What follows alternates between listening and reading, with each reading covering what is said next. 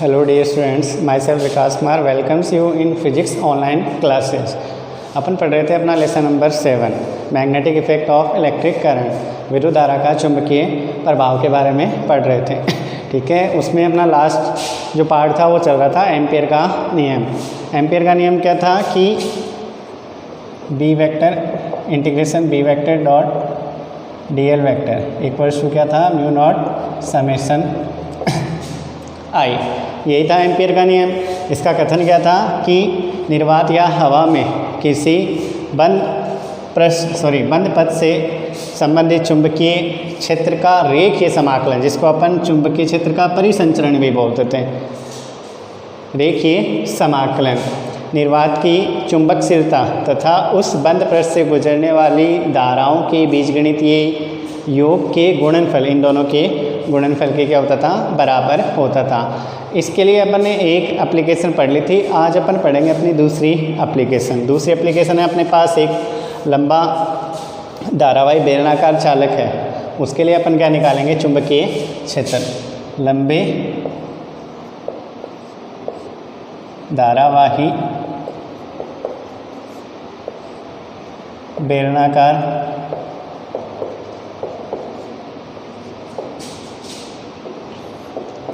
चालक के लिए चुंबकीय क्षेत्र का मान अपन निकालेंगे।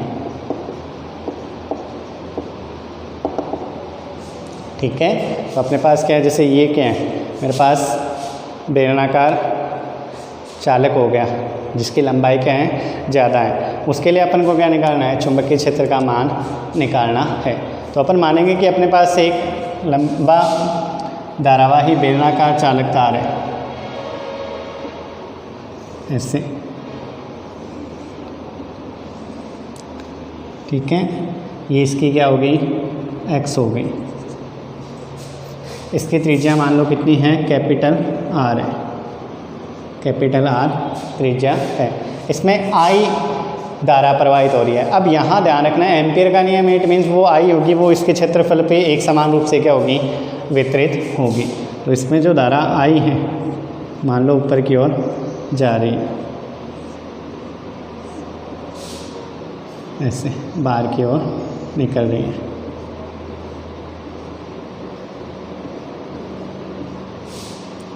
ठीक है, तो ये तो हो गया अपने पास जो चालक था उसके बारे में कि अपने पास क्या एक धारावाही बेलनाकार चालक है जिसमें क्या है, आई धारा प्रवाहित हो रही है। इसकी त्रिज्या कितनी है, आर। अब यहाँ ध्यान रखना है कि यहाँ जो धारा आई है वो इसके क्षेत्रफल कौन सा, ये वाला अनुप्रस्थ काट क्षेत्रफल पाई आर स्क्वायर, इस पर क्या है, एक समान रूप से वितरित है। सममिति बताया था, सममिति के लिए क्या होगा, एम्पियर का नियम लगेगा। इट मीन्स अगर अपन एकांक क्षेत्रफल में धारा निकालें तो वो कितनी होगी, आई अपॉन पाई आर स्क्वायर। ये चीज़ आपको ध्यान में रखनी है, इसका यूज अपन करेंगे। ठीक है, अब इसके लिए जो चुंबकीय क्षेत्र वो 3 कंडीशन में निकलेगा। सबसे पहले अपन बाहर वाले की बात करेंगे। पहली कंडीशन है चालक के बाहर, चालक के बाहर का मतलब R greater than capital R, कि जो दूरी होगी वो इसकी त्रिज्या से क्या होगी, ज़्यादा होगी। तो मान लो कि वो पॉइंट जो है वो कहाँ पे है, यहाँ पे, कि इसकी एक्स से स्मॉल आर दूरी पे कोई बिंदु पी है जहाँ पे अपन को क्या करना है, चुंबकीय क्षेत्र का मान ज्ञात करना है। करेंगे किसके हेल्प से, अपन एम्पियर के नियम की हेल्प से। सबसे पहला जो अपने पास इसमें कंडीशन है वो क्या है कि आर क्या है, वो बाहर है, जो बेलनाकार पात्र है उसके क्या है, बाहर। तो वहाँ अपन को क्या निकालना है, बिंदु पी पे जो दूरी है आर वो कैपिटल आर से ज़्यादा है, मतलब जो बिंदु पी है वो इसके बाहर स्थित है, वहाँ पे अपन को क्या निकालना है, चुंबकीय क्षेत्र का मान। तो इसके लिए अपन क्या करेंगे, एम्पियर का नियम यूज करेंगे। तो एम्पियर का नियम यूज करने के लिए सबसे पहले अपन क्या बनाएंगे, एम्पीरियन पथ बनाएंगे। तो एम्पीरियन पथ वृत्ताकार बनेगा, ये इसके वृत्त चारों ओर हो गया। ठीक है, तो अपन यहाँ क्या लगाएंगे, फिर एम्पियर के नियम से लैंग्वेज यूज करके फिर क्या लिखेंगे अपन, एम्पियर के नियम से। एम्पियर के नियम से। तो एम्पियर का नियम लगा देते हैं, integration B vector dot D L vector equals to mu naught summation I. ठीक है, अब यहाँ की बात करें, ये ऐसे होगा तो चुंबकीय क्षेत्र बी वेक्टर और डी एल वेक्टर दोनों की डायरेक्शन क्या होगी, एक ही होगी। बी वेक्टर और डी एल वेक्टर की डायरेक्शन, ये तो अपन को पता, चालक के बाहर क्या होगा, वही फिंगर कर्व वाला उंगलियों के घुमाव की दिशा में क्या होगा, चुंबकीय क्षेत्र, और उसी दिशा में क्या हो गया, अल्पांश की दिशा हो जाएगी। तो integration B vector dot D L vector equals to क्या हो गया, mu naught summation I. Value लगा देते हैं, तो बी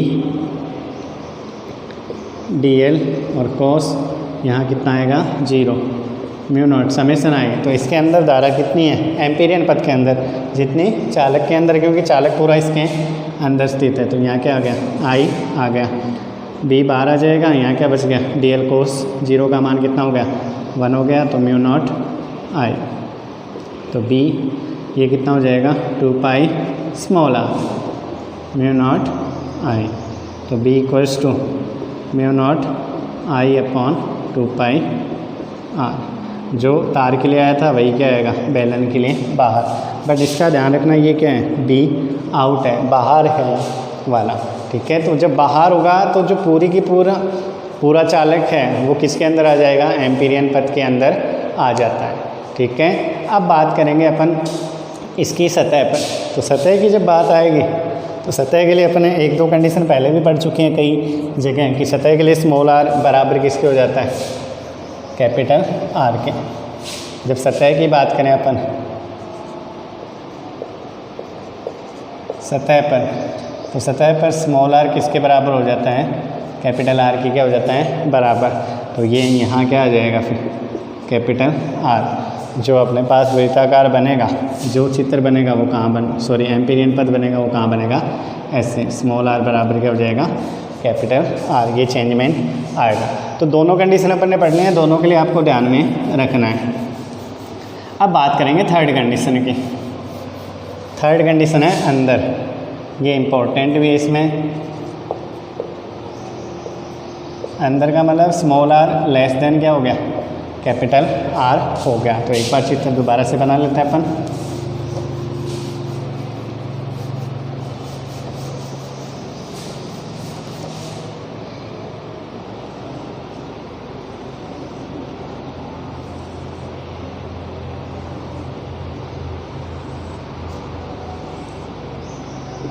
इसकी एक्स होगी, ये त्रिज्या कैपिटल आर,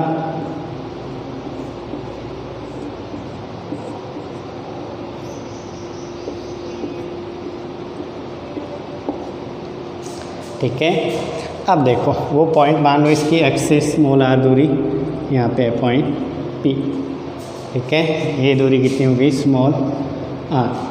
तो अपन क्या करेंगे, एम्पियर का नियम लगाना अपन को। एम्पियर का नियम जब भी अप्लाई करते हैं सबसे पहले अपन क्या बनाते हैं, एम्पीरियन सरफेस बनाएंगे। तो एम्पीरियन सरफेस बनाने के लिए अपन क्या करेंगे, स्मॉल आर त्रिज्या का एक वृत्ताकार पथ बना लेंगे। ये जो हो गया वो क्या हो गया, एम्पीरियन पथ हो जाएगा इसमें।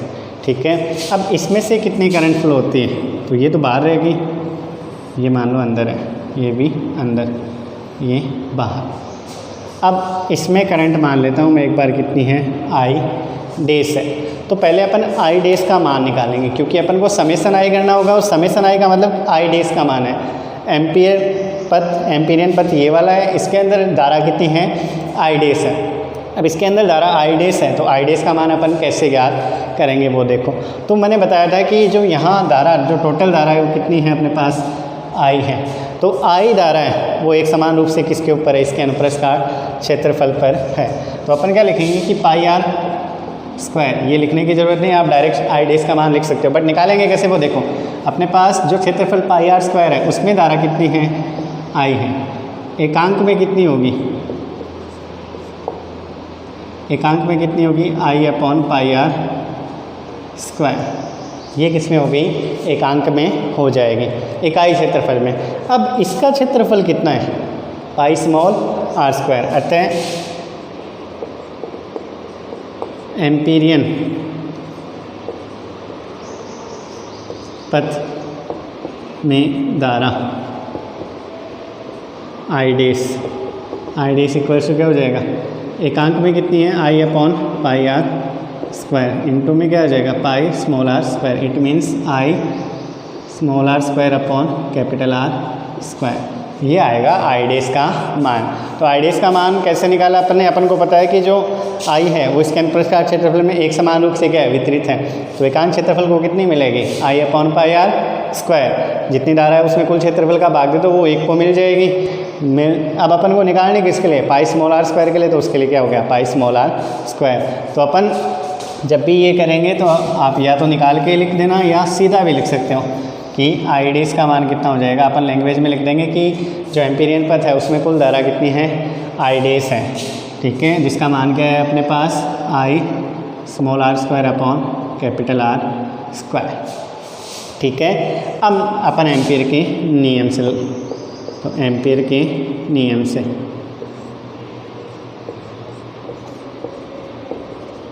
एम्पीयर के नियम से तो एम्पीयर का नियम लगा देते हैं अपन। एम्पीयर का नियम integration B vector dot D L vector mu naught summation I, mu naught summation I, तो ये क्या हो जाएगा B D L cos theta या कोस 0 लिख सकते, म्यू नॉट समेसन आई, तो बी तो बाहर आ जाएगा, यहाँ इंटीग्रेशन डी एल बचा, यहाँ क्या हो जाएगा म्यू नॉट आई डेस, तो B into 2 pi small R equals to mu naught I R square upon R square, एक आर से एक आर कैंसिल आउट, तो बी इन अंदर है ये तो इन लिख देना, बी इन का मान क्या आया म्यू नॉट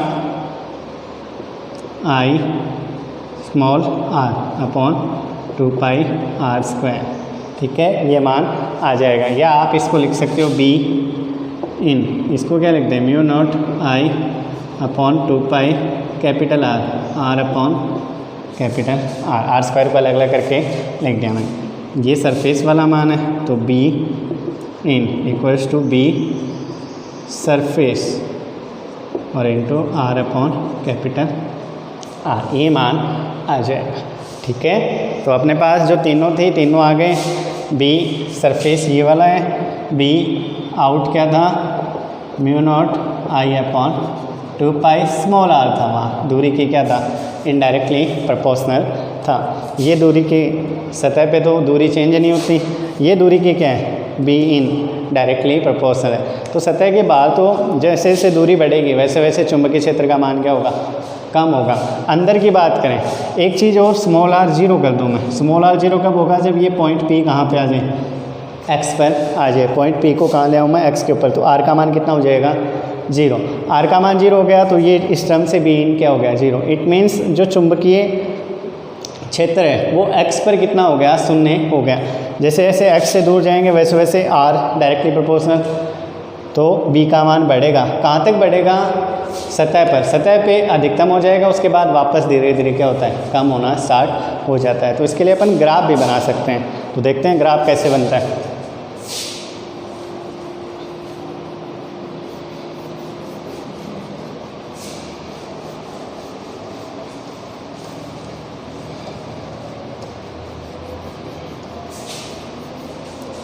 तो एक बार बी इन, इसका फॉर्मूला तो क्या था mu naught I upon 2 pi small R, B surface mu naught I upon 2 pi capital R, और बी इन वो क्या था mu naught I small R upon 2 pi R square. It means B in ये तो हो गया indirect, sorry B out है, B out ये तो क्या हो गया इनडायरेक्टली प्रोपोर्शनल, सरफेस वाले में दूरी चेंज नहीं होती, और बी इन ये क्या हो गया डायरेक्टली प्रोपोर्शनल हो जाता है। तो ग्राफ कैसे बनाएंगे, तो ग्राफ देखो, इस साइड अपने पास आर हो गए, यहाँ मान लो कि आर बराबर है किसके कैपिटल आर के, मतलब ये सतह वाली लाइन होगी, अगर बनाना चाहो तो अंदर क्या है, समानुपाती है, तो जैसे जैसे आर बढ़ेगा समानुपाती में क्या बढ़ेगा, बी इन डायरेक्टली प्रोपोर्शनल है किसके, आर के। यहाँ अधिकतम हो जाता है जो बी सरफेस है, इस साइड बी ले लेना टेस्ला में, इस साइड आर मीटर में, ठीक है। इसके बाद इनडायरेक्टली प्रोपोर्शनल है तो इनडायरेक्टली प्रोपोर्शनल का ग्राफ बना देंगे अपन ऐसे, ठीक है। इस प्रकार अपन को क्या मिल जाएगा, जो ग्राफ है वो ऑब्टेन हो जाएगा। तो ये थी एम्पियर के नियम की सेकंड एप्लीकेशन। इसके बाद इसकी दो एप्लीकेशन और बची सोलेनॉइड और टोरॉइड। वो अपन बात करेंगे नेक्स्ट लेक्चर में। सोलेनॉइड परिनालिका के बारे में, टोरॉइड को हिंदी में भी टोरॉइड ही बोलते हैं। आज देखते हैं अपन एक दो न्यूमेरिकल और, तो देखो न्यूमेरिकल, तो देखते हैं पहला न्यूमेरिकल। देखो अपने पास न्यूमेरिकल में दिया दो लंबे समांतर तार परस्पर 4 सेंटीमीटर की दूरी पर हैं, जिनमें क्रम से I तथा 3I मान की धाराएं, दोनों में धारा कौन सी है, पहले में I है दूसरे में 3I, एक ही दिशा में बढ़ रही हैं। तो दोनों के कारण चुंबकीय क्षेत्र कहाँ शून्य होगा, ये अपन को निकालना है। तो मान लो अपने पास पहला तार ये हो गया, ठीक है, दूसरा तार कहाँ हो गया, ये वाला हो गया। इसमें I धारा है, इसमें कितनी है 3I धारा, बट ध्यान रखना है दोनों में धारा की दिशा क्या है, एक समान है। अब पूछ रहा है कि दोनों के कारण चुंबकीय क्षेत्र कहाँ शून्य होगा। इन दोनों के कारण जो चुंबकीय क्षेत्र है किस पॉइंट पे जाके वो आपको 0 मिलेगा। तो पहली चीज़ शून्य कहाँ होगा, जहाँ दोनों तारों के कारण चुंबकीय क्षेत्र बराबर हो और दिशा में क्या हो, विपरीत हो। बराबर भी हो और दिशा में क्या हो, विपरीत, तभी जाके, क्योंकि सदिश राशि है तभी जाके क्या होगी, शून्य होगी। तो अगर अपन इन तारों के पहले कोई पॉइंट बीच में बात करें, पहले तो अपन ये देखेंगे कि इस साइड आएगा, बीच में आएगा, या इस साइड आएगा, राइट साइड आएगा, बीच में आएगा, या लेफ्ट साइड आएगा। तो पहले अपन बीच की बात करें, बीच में इसके कारण अंदर, इसके कारण इस साइड अंदर, इस साइड बाहर। तो बीच में इसके कारण अंदर है, इसके कारण क्या हो गया, बाहर हो गया, ये ऐसे, और उसके कारण ऐसे बाहर की ओर हो जाता है। तो बीच में दोनों के कारण विपरीत मिलेगा, इट मीन्स वो पॉइंट बीच में हो सकता है। फिर देखते हैं इस साइड, तो इसके कारण इस साइड अंदर, इसके कारण भी इस साइड अंदर, एक ही दिशा में, इस साइड भी नहीं मिलेगा। इस साइड देखें तो दोनों के कारण क्या हो गया, बाहर की ओर, इट मीन्स वो पॉइंट कहाँ पे मिलेगा, अपन को बीच में मिलेगा। इन दोनों के बीच की दूरी कितनी है, 4 सेंटीमीटर है, ठीक है। बीच की दूरी कितनी है, 4 सेंटीमीटर है। अब मान लेते हैं कि वो पॉइंट यहाँ पे P, जिसकी पहले तार से दूरी कितनी है x, तो दूसरे से कितनी होगी 4 माइनस x, ठीक है। पहले तार से दूरी कितनी होगी x, दूसरे से कितनी होगी 4 माइनस x हो जाएगी, ठीक है। अब देखो तो बिंदु P की बात करें अपन सॉल्यूशन में, बिंदु P पर B का मान कितना है 0, इट मीन्स B1 वेक्टर बराबर है B2 वेक्टर की, और डायरेक्शन में क्या है, अपोजिट, ठीक है। अपन मैग्नीट्यूड ले लेते हैं, B1 बराबर किसके हैं, B2 के, मैग्नीट्यूड ले लिया, दोनों का परिमाण क्या होगा, बराबर होगा। अब इस तार के कारण पहले यहाँ चुंबकीय क्षेत्र है, तो तार के लिए अभी वैसे एम्पियर के नियम में भी निकाला अपन ने कि फॉर्मूला क्या होता है, mu naught I upon 2 r। तो यहाँ लिखेंगे म्यू नॉट I1, लिख देता हूँ एक बार, 2 r1 equals to mu naught I2 upon 2 r2। तो म्यू नॉट से म्यू नॉट, 2 से 2, तो I1 upon r1 equals to I2 upon r2। ये मान आ गया, मान रख दो दोनों के। तो I1 I है अपॉन R1 कितना है x। अब इसको सेंटीमीटर में बदलो तो ठीक है, क्योंकि अपॉन में 100 आएगा, वो उस वाले 100 से क्या हो जाएगा, दूसरे के अपॉन में भी क्या हो गया, ये 3i upon x 4 minus x, ठीक है। इसके अपॉन में भी 100 आएगा, इसके अपॉन में 100 आएगा, मीटर में कन्वर्ट करोगे वो कैंसिल आउट हो जाएंगे, i से i कैंसिल आउट। तो 4 minus x, this will be equals to 3x। तो 4 इक्वल्स टू 4x, तो x इक्वल्स टू कितना हो गया 1 सेंटीमीटर। इट मीन्स वो पहले तार से जो दूरी होगी वो कितनी होगी 1 सेंटीमीटर और उससे दूरी कितनी होगी 3 सेंटीमीटर होगी। ठीक है, ये इस प्रकार अपना न्यूमेरिकल क्या हो जाएगा, सॉल्व हो जाएगा। एक न्यूमेरिकल वो देखते हैं।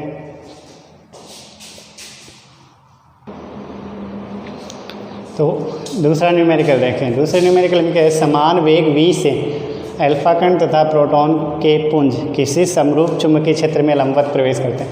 मतलब एक अल्फा कण है, एक प्रोटॉन है, वो क्या करता है, एक समान चुंबकीय क्षेत्र में लंबवत प्रवेश करता है।